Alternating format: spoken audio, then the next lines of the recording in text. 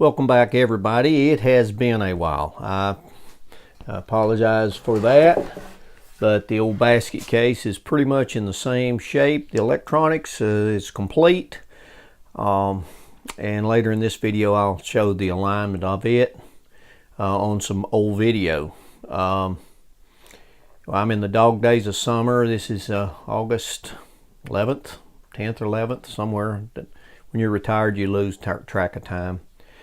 But what has happened, as some of you may know, in May I had knee surgery, and the surgery went really well. And in the examination by the sports doctor, there was no long-term damage, and a lot of people do not know that I used to be an ultra runner back in the day.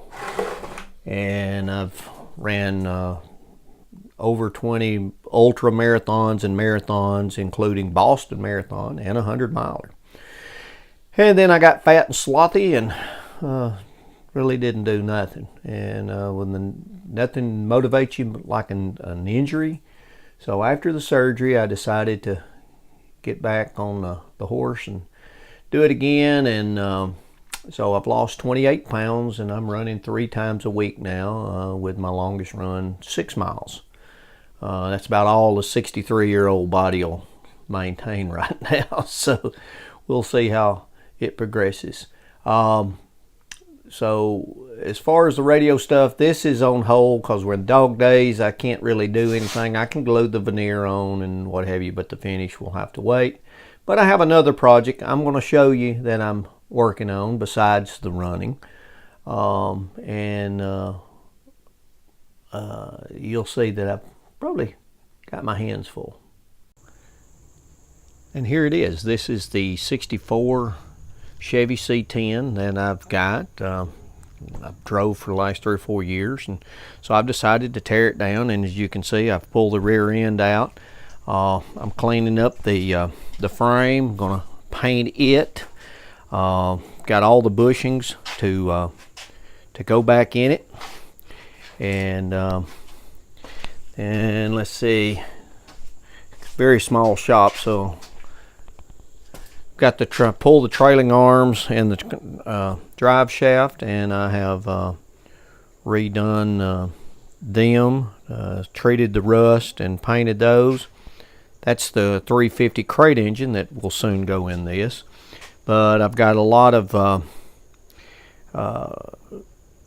body repairs. Looks like a cab corner, some rocker arms, some cab supports, some miscellaneous things. But right now I'm started with the bed and redoing that. And hopefully by this time next week I will have this rear end back in and all that's painted. And this is not going to be a how to do it, because I don't know what I'm doing. I'm making this up as I go. So that's it for now. So I'll keep you updated on the progress of this thing, and the next videos will show the alignment of the basket case. So I hope you enjoy it, and if you can tell me how to get these 54-year-old bolts out of here without breaking them, let me know. Okay, changing settings. We're going to start working on this cabinet a little bit. Hopefully it won't fall apart on us. But first thing I'm going to do, I've done some gluing, and I really anticipate having to glue some more. But what I'm going to do is I'm going to take this finish off with lacquer thinner. And a lot of times the lacquer thinner will loosen some of this veneer up. So, and as you remember, it's raining today, so I got a little damp on the way down. But we've taken the veneer off the sides, so we're going to have to put new veneer on that. So let's go ahead and strip this down and see how much damage we're going to do to the rest of it. All right, I've taken some lacquer thinner and took some of the finish off. Took a little bit of sandpaper, some 220, and hit that. got some of the glue up. I know for a fact that right here, let's see, where was it? Right here, I'm going to have to glue some of it right there. And also on this side, which is not really bad. Of course, we're going to have to replace this piece here up to here, the corner of it,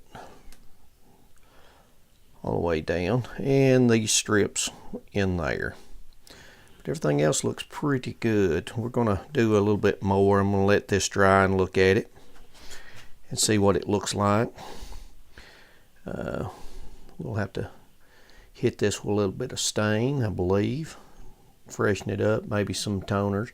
And we're going to have to get some veneer to go on this. Alright, we're going to do some alignment on this thing. And I just went ahead and I put the speaker, went ahead and soldered it in permanently. Of course, you remember this one lead went to the number 2 on the pin 2 on the number 42 tube output. The other 2 went to the B pluses on the 8 microfarad and the 4 microfarad filter caps. So I went ahead and soldered that in. When I pull the, if you'll notice, I did not put a knot here. The knot was had a knot on the top and a knot on the bottom when I took the old one out. I couldn't see the reason for the knot on the top, and I really, at this point in my opinion, this is my opinion, is I don't see a reason for a knot on the bottom either, because once this is in the cabinet and molded in, no gorilla should be pulling on this. So I don't see the strain relief that's needed, unlike the power cord, which is coming out the back and somebody's be yanking on it. But I just didn't see the purpose in that, so I didn't do it. So let's flip this over and set this thing up for an alignment. Now, this being a regenerative receiver, it doesn't have an AVC.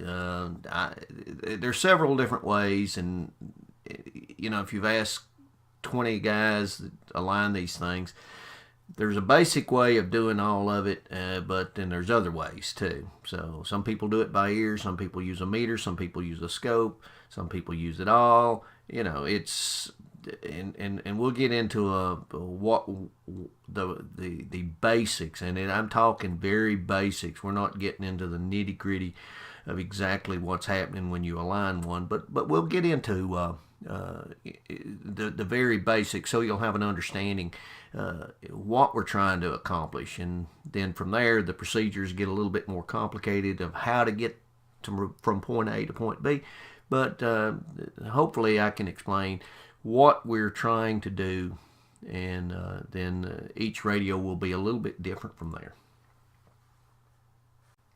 Alright, let's take a look at how I address the ground. I started once to drill this out, but with a with the phenolic tube socket, I didn't want to risk breaking that. So I just, there was a hole already there. I just put a screw through there and put a connector and grounded this 42 tube to chassis ground. Okay, let's set things up. I've got a voltmeter set on AC. I've got it connected over here to the voice coil on the speaker. And I'll show you how we attach. We'll turn it around, so I'll show you where we're adjusting.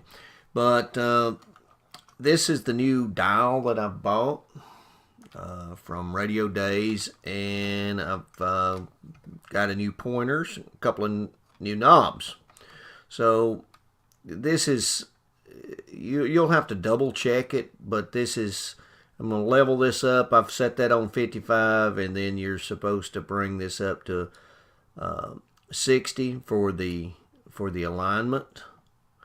And so we'll well, that would be about right there using the calibrated eye. So it's all relative. It's as wide as that needle is. It's not really that hard to. I mean, it's really hard to determine what it is. Now we'll have to go up to 1400 or 140 here shortly, later on in the test. But let me flip this around and show you the rest of this. I've made a tool. This is a suggestion from Ron Ramirez on the Philco forum. I took an ink pen barrel, heated it up, and put it on the 1/4-inch nut. Not perfect, but it's insulated, and it does turn the nuts because they're not really that hard to turn. Now, in aligning the IFs, this is a very simple one. Imagine yourself 2 boards with holes in it. Okay? Each board is represented, or each IF is represented by a board. Well, you're going to run water straight down. Now, you older guys, this may be boring to you. It's just my analogy of it, and everybody's got their own, I guess. But you're running this water, and in this case, it's 460 kilocycles. Okay? So we're going to adjust this first board to where that hole lines up to where there is no obstruction on that stream of water. Then we're going to take that second one and make sure that both those holes line up so the maximum amount of water is going to run right through it. That aligns the IFs. Now, you want to feed the signal in, and in this case it's telling us to go remove the grid cap clip on the first tube, which is the detector oscillator tube, the first 77 tube, and feed in a 460 kc modulated signal with the dial set around 60ish. Okay, now I have got this wide, I got the volume wide open, and this gets monotonous, guys, and I may end up having to cut some of the volume or some of the audio out of it if it just gets too bad. But I've got it as high as it'll go. I know these are out of a line. Okay, so we're feeding a signal through. I think you can hear it in the background, I think. But the other rule of thumb is you want to start with the IF that's closest to the speaker, which would be the second one, which would be, in this case, this one. So we're going to start with the second board. You can hear that some of the water or the signal is getting through. So we want to peak this one for max. And we want to, I like to keep this at a manageable level, and also the volume at a manageable level also. So we may be adjusting our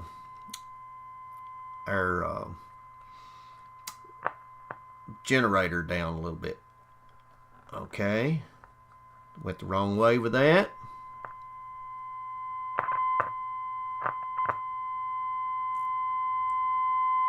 And you can hear it by ear a lot of times, but you look at your voltages.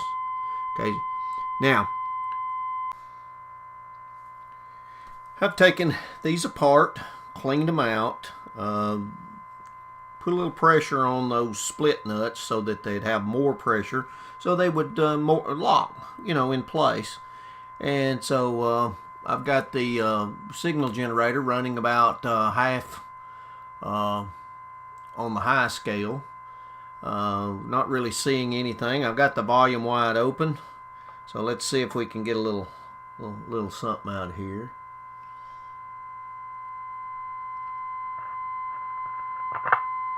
Still, you can see it's going up somewhat, and so let's tighten it back down to there, to about 0.03, and so let's go this way, back it down.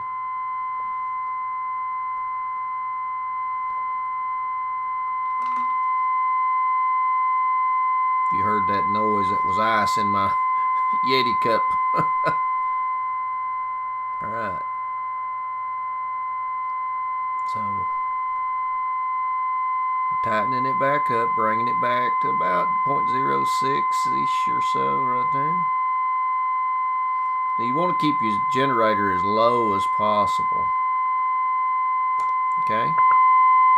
See, I don't like that. I really don't.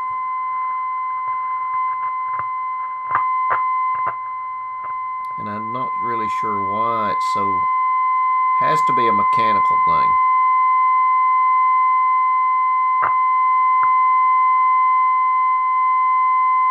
Remember, you want to do it on the tightening, not the loosening. So we're just going back and forth.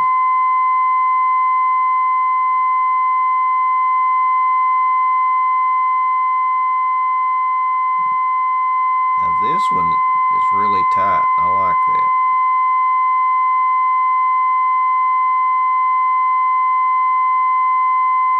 So let's do this one. And you always do it.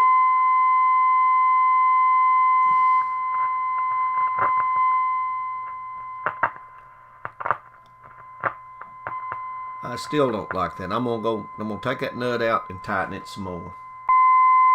Okay. On the tightening side of it, we get about 0.14.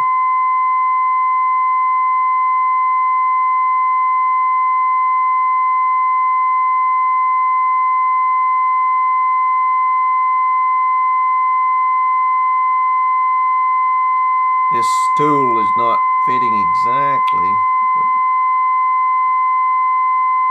alright, that's where we want to keep it. Now let's go back, make sure this one's where we want it to be. Let's bring it back down, bring it back up, and leave it.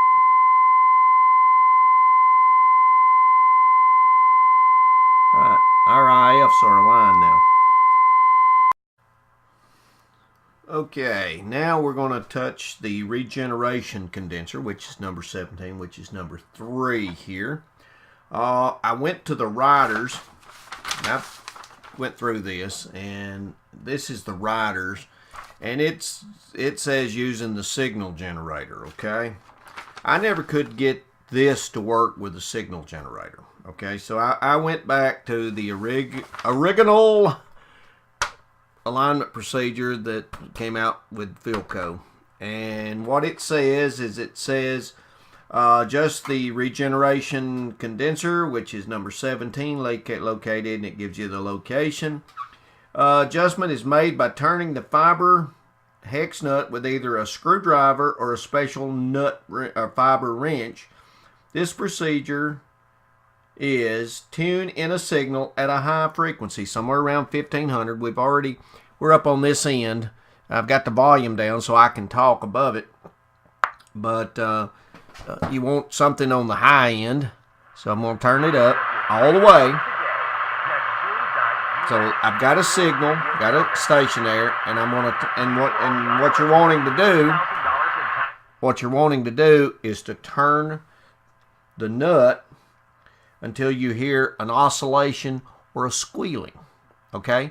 Then you back that nut off half of a turn, and I'll just do it, and may have to turn the volume down on the video, but we'll go from there. I just attached an antenna to it, and so I'm going to turn it back up. I'm going to turn this until we get an oscillation. As you can see, the signal is getting better. So it's feeding its signal back into it.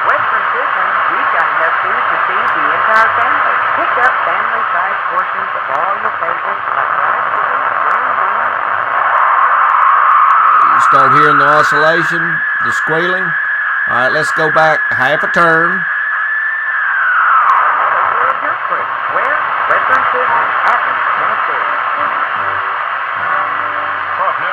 Okay, that's where that's at.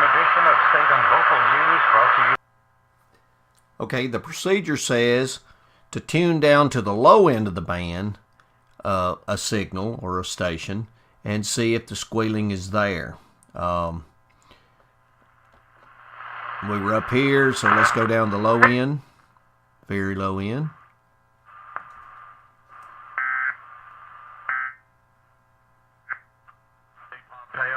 have the diplomatic experience to be secretary. This is USA Radio. There's the station on the low end. There's no squealing, so I think we're good there. Let's go to the next part of the procedure, and that is adjusting up here on the tuning condenser, the oscillator coil and the antenna coil. Following the procedure that came with Philco, it says to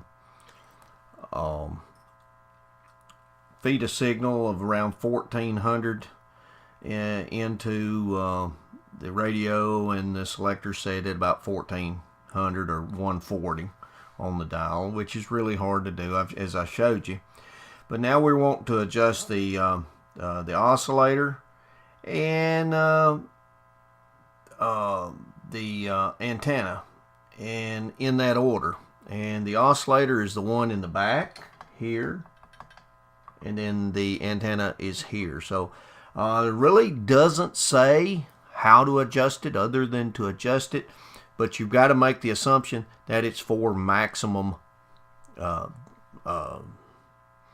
and I've got it connected to the speakers just as I did before. So let's turn the volume up.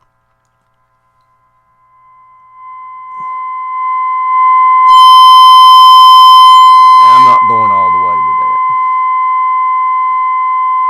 So we're about 0.19, so let's adjust the oscillator first.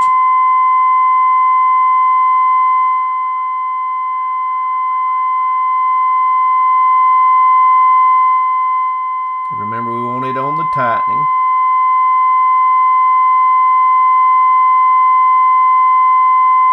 I think that's good, so let's go to the antenna.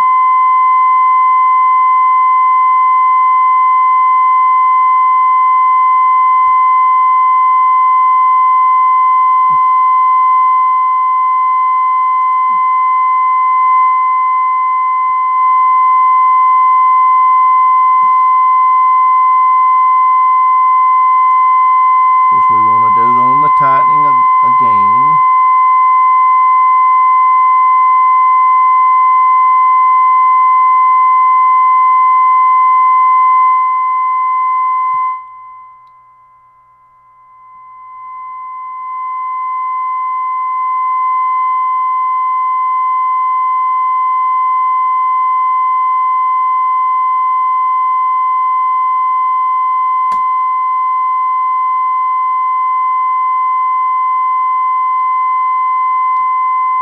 I'm not really turning this, I don't know.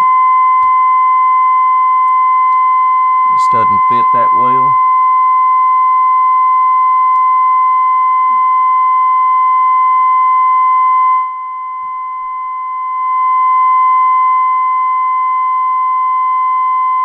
So we're going to go to the tightening.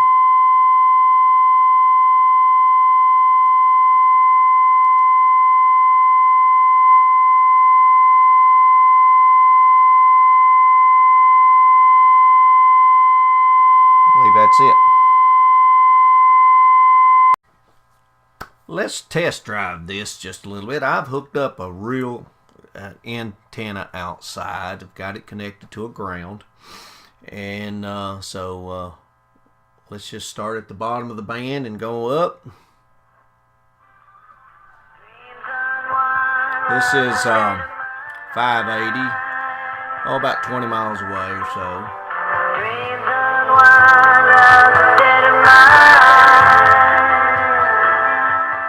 Okay, let's go up a little bit more. I have to turn it up so that pick up some of the weaker stations.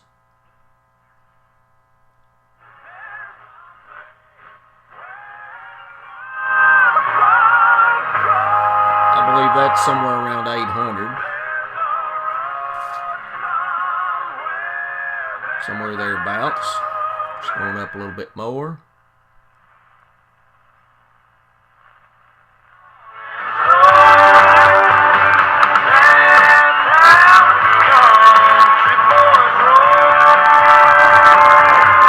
I believe that's 970. Seemed like there was another one below that 800. Let's go back down here a sec. Okay, there's 570, 580, 570, 580. There's that one.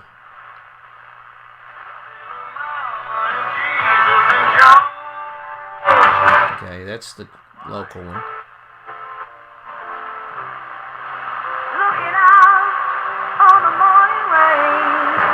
That's an oldies station. There's another station.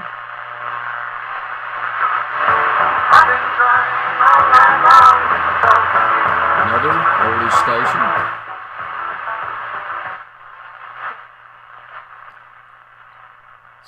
So I think that's going to work out pretty good. It's not the best receiver in the world, but it's 101.1.